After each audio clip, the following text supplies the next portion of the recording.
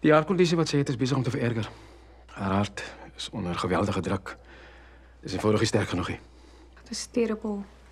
Hoekom is die lewe so unfair? Maar die dokters doen alles wat hulle kan. Maar dit lyk nie goed nie. Ons moet voorberei vir die ergste. Nee.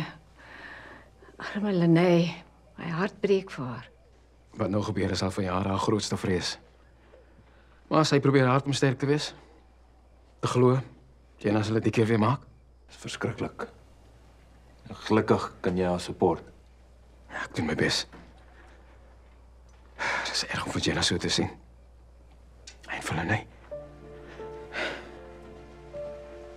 Ek het 'n gebedsversoek op die kerk se groep geplaas.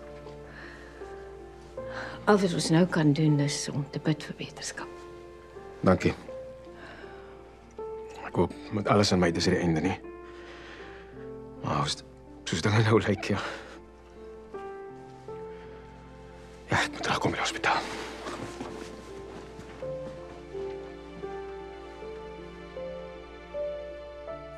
Soos die wind sal waai.